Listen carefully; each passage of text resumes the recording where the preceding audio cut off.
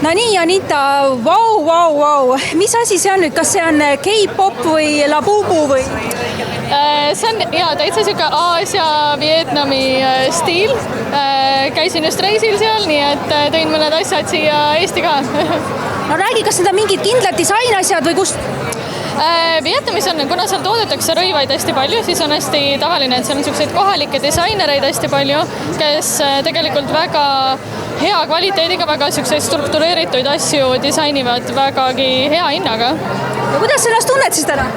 Väga hästi, kusjuures nende asjade nagu võlu Vietnamis väga tihti ongi see, et nad näevad sellised väga tüdrukulikud, võib-olla natuke isegi seksikad välja, aga nad on hästi mugavad. Materjalid on mugavad, neil on kas või selle seelikul, eks ju, püksid all niimoodi, et ülimugav. No ülimalt seksikas oled küll, tunned ka ennast seksikad, jah? Muidugi. Nii et Aasia mõjus sulle väga värskendavalt? -30 kraadisest külmast pääsesin ja head moeinspiratsiooni sain, mida siia tuua ja ka Tallinna moenädalale, nii et oli väga kasulik. Kas sa reedel ka üllatad millegi väga erilisega? Muidugi. Siis on veel paljastavam või natukene rohkem kaetud? Pigem esimene variant.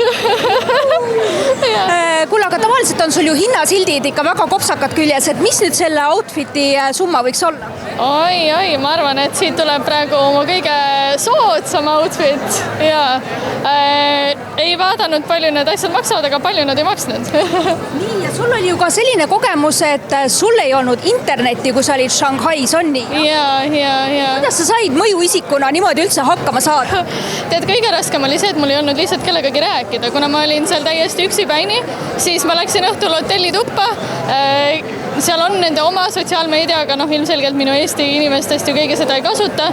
Väga kellelegi teada ei andnud ka, et ma lähen sinna, nii et ma läksin hotellituppa ja lihtsalt vaatasin siis seina ja Netflix ka blokeeritud, muusikat ka ei saanud kuulata, YouTube ka blokeeritud, sotsiaalmeedia kõik blokeeritud, nii et siuke, vaatad seina ja lähed magama. Täiesti sürreaalne kogemus, jah? Ja, tegelikult küll. Hirmutav ka natuke või? Võib-olla isegi hirmutav selle koha pealt, et inimesed nagu elavad selles süsteemis täitsa, ilmselgelt neil on enda sotsiaalmeediad ja enda nagu võrgustikud, kus nad on, aga niimoodi täitsa nagu oma ette ära lõigatult, et mis on huvitav, et tänapäeva maailmas niimoodi veel saab, on ju. Oota, nad praegu seal pildistavad, aeg on. Aga oli sul siis selline hea väike detox ka või oli ikkagi väga harjumatu, et sa ei saanud online'is kajastada? No mu soovitus oleks, et kes Hiina läheb, siis kindlasti mitte üksi minna ja teha hästi suur research ära, et kuhu sa täpselt tahad minna, sest mul ei olnud plaani algul Hiina minna, nii et ma ei olnud väga valinud välja neid kohti, kus ma tahan käia, restorane, nii edasi.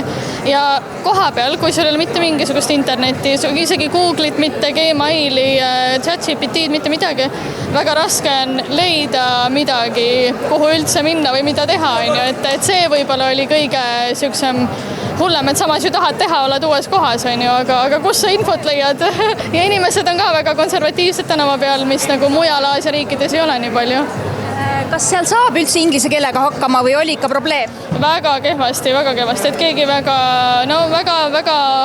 madalal tasemel inglise keel ja inimesed ja kui nad on nii konservatiivsed, et mujal mul ei olnud, tehakse kas või käte ja jalgadega asjad selgeks, on ju, aga seal ikka inimesed pigem hoiavad eemale, on oma ette, et see võib-olla veel rohkem muutis seda sükseks, et ma ka ei taha segada teid. Tore, et sa oled õnnelikult tagasi. Muidugi.